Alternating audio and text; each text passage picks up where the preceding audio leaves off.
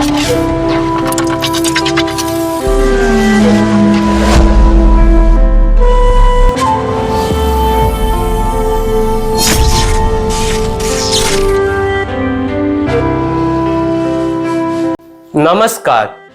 I am Priyamjit and I welcome you to the Bread of Life.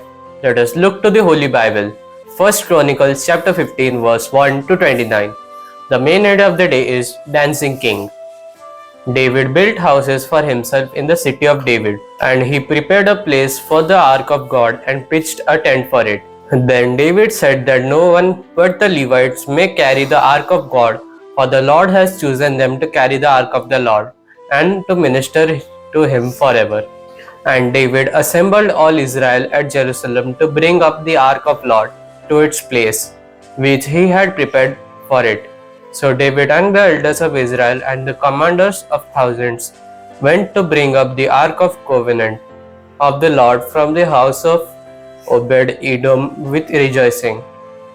And because God helped the Levites who were carrying the ark of covenant of the Lord, they sacrificed 7 bulls and 7 rams.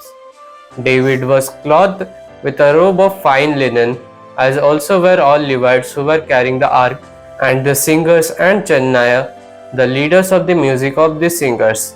And David wore a linen ephod. So all Israel brought up the ark of the covenant of the Lord with shouting, to the sound of horn, trumpets, and cymbals, and made loud music on harps and lyres. And as the ark of the covenant of Lord came to city of David, Michal, the daughter of Saul, looked out of window and saw King David dancing and celebrating, and he despised him in her heart. Let's understand the word of God. Once David had finished building his palace, he decided to bring the ark of God to Jerusalem. Remembering that God was the true king of Israel, this time David was careful to do everything the right way. He made sure the Levites carried the ark on their shoulders just as God had commanded. Because of their obedience, God was with them and helped them when the ark finally arrived in Jerusalem. David was so much filled with joy, he danced with all his might. However, his wife Michal saw him and mocked him. David cared more about honoring God than what other people thought, but Michal was more concerned with what others might say. Have you ever felt shy or self-conscious of what your friends might think? We distract you from fully worshipping God. Let us be like David and worship God with all our hearts. May the Lord bless us with His holy word. Let's pray and practice. Dear God, thank you for your beautiful words.